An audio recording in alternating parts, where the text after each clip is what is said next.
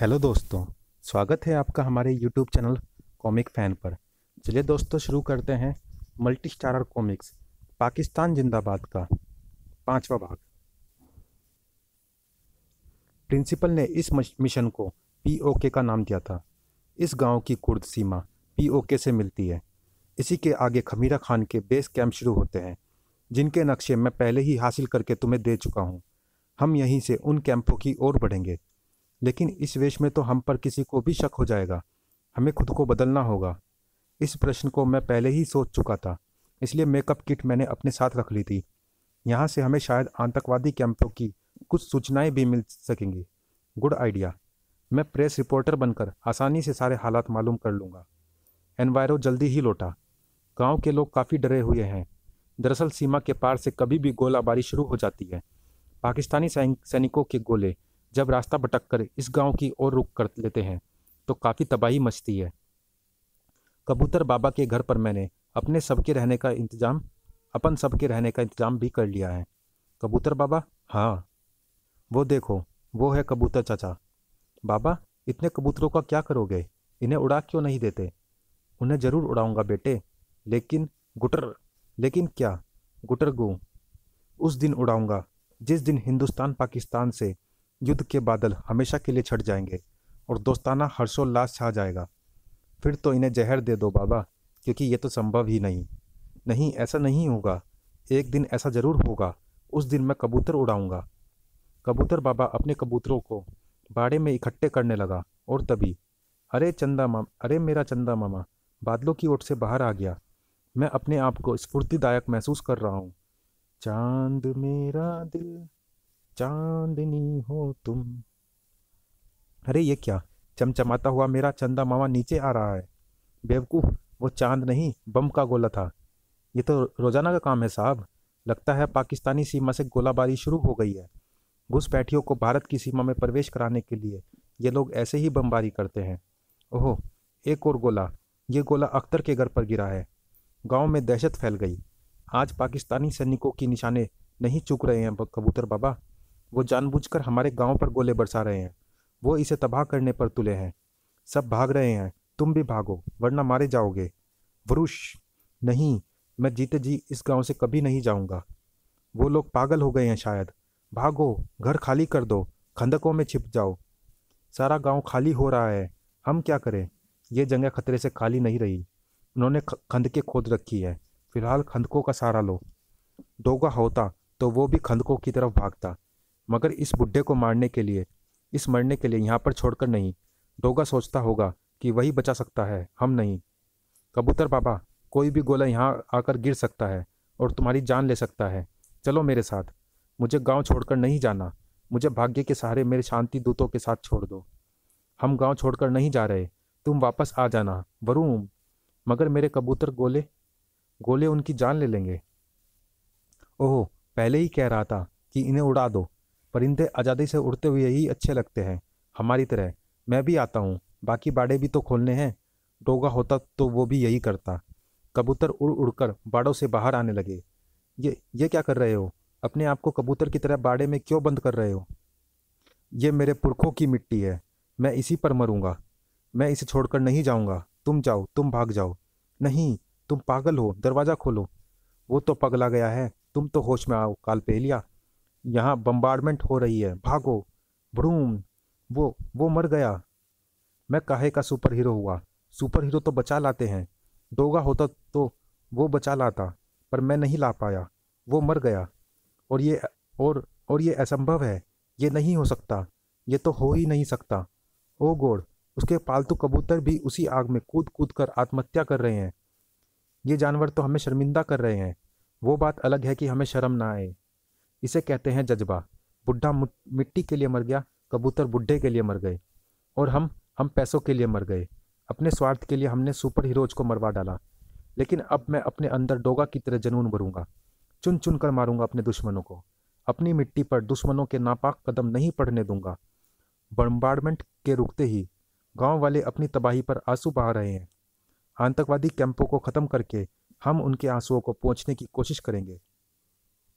हम दो दो के ग्रुप में आगे बढ़ेंगे और तीनों बेस कैंपों का सफाया कर देंगे। जैसे मेरे साथ जाएगा एनवायरो। हम कसाई खान के बेस नंबर 1 को तबाह करेंगे। पहेलिया के साथ रहेगा भांजा। तुम दोनों कत्ल खान के बेस नंबर 2 को तबाह करोगे। और मैकेनिक, तुम जोकर के साथ रहोगे और जुल्म खान के बेस नंबर 3 को तबाह करोगे। ठीक है, मंजूर है, हम तैयार हैं। यहाँ से सभी को अलग होना था। पाकिस्तानी सीमा में प्रवेश करने के लिए एनवायरो अपना कमाल कवर फायरिंग की तरह दिखाएगा। मैं आकाश में घनात्मक और ऋणात्मक किरणों का टकराव करवाता हूँ। पाकिस्तानी फौजों पर कृत्रिम वज्रपात होगा। कड़क कड़ाक, क्रूम क्रूम। ओह, ये क्या! बिन बादल बिजली गरज रही है। ऐसा करिश्मा पहले कभी नहीं देखा। एक विद्युत किरण सैनिकों को छू गई थी।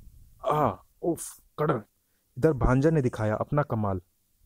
उड़ जा काले कांवा तेरे मुंह बिच कंटीले तार पावा, ले जा तू संदेशा मेरा चंदा मामा के पास, मैं सदके जावा। स्क्रीश! रास्ता बन गया। अब सरक जाओ पाकिस्तानी सीमा में। नक्शे हम लोगों के पास है।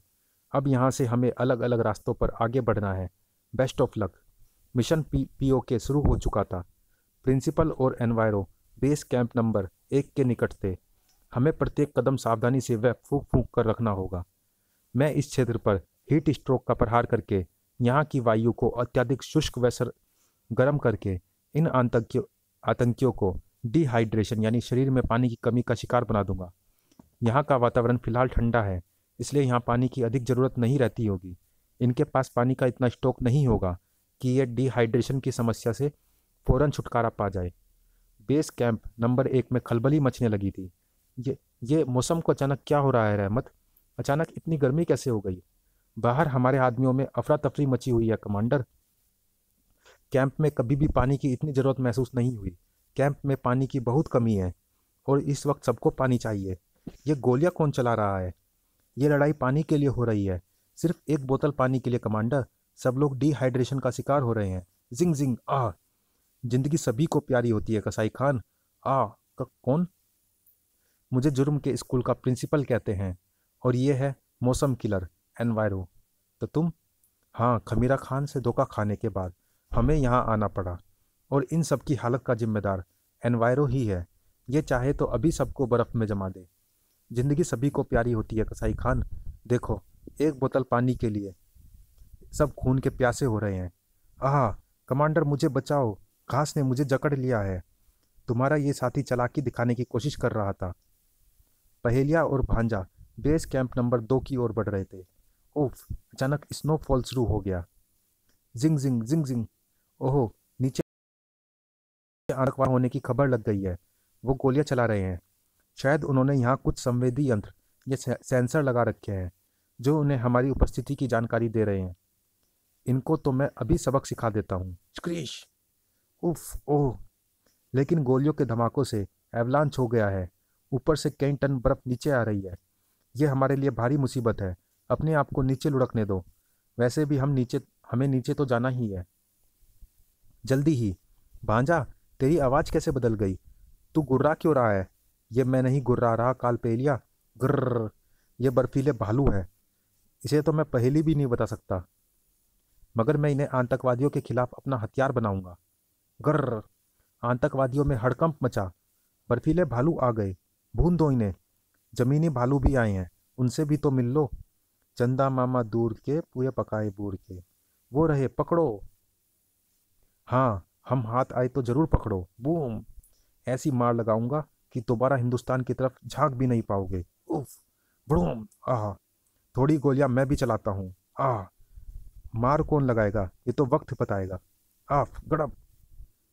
ये हमें क्या हो रहा है? हम पर बेहोशी छा रही है। कत्ल खान को तबाह करने आए थे। हा हा हा। जल्द ही दोनों को होश आया। कत्ल खान ने यहाँ हमें मरने के लिए छोड़ दिया है। ठंड से मेरी नाक बह रही है और सारा खून जम रहा है।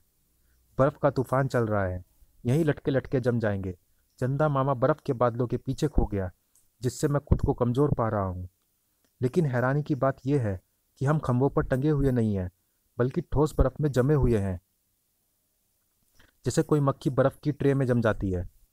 फिर तो हम जोर आजमाइश करके खंभों से छूट सकते हैं, क्योंकि हमारे हिलने डुलने से बर्फ चटक जाएगी। हाँ, लेकिन हम अपनी उंगली भी नहीं हिला पा रहे। कत्ल खान इतना बड़ा बेवकूफ़ नहीं हो सकता कि हमें ऐसी कैद में छोड़ जाए जिससे हम छूट जाए और आकर उसका बाजा बजा दे। फिर तो अपनी मौत का इंतजार करो। बेस कैंप नंबर 3 में हर ओर ऐसा सन्नाटा था कि सुई की आवाज़ भी विस्फोट की तरह सुनाई पड़ती। कमाल है, यह आतंकवादियों का कैंप है जहाँ एक चिड़िया भी दिखाई नहीं दे रही। कहीं आतंकवादियों को हमारे आने की खबर तो नहीं लग गई और कहीं वो हमसे डरकर कैंप छोड़कर भाग गए हों। ये तो हमारे लिए अच्छा अवसर है। मैं इन टैंकों के अंजर पंजर ढीले कर देता हूँ और ये मेरे लिए सेकंडों का काम है। देखा, यहाँ मौजूद प्रत्येक हथियार ऐसे ही अंजर पंजर में बदल दूंगा। फिलहाल तो आतंकवादियों की ये भीड़ हमारे अंजर पंजर ढीला करने के लिए हमारी ओर बढ़ रही है। धड़ ओह आग झाड़। जुल्म खान के कैंप को नेस्तानाबूद करने आए थे। हाँ हाँ हाँ। इन्हें हमारे आने की खबर कैसे हुई? जवाब यहाँ था। दरअसल मुझे सुपर हीरोज को ख़त्म करने का कोई कॉन्ट्रैक्ट नहीं मिला था। सभी सुपर हीरोज को ख़त्म करने के बाद तुम लोगों को भी ख़त्म करने की ख्वाहिश दिल में थी।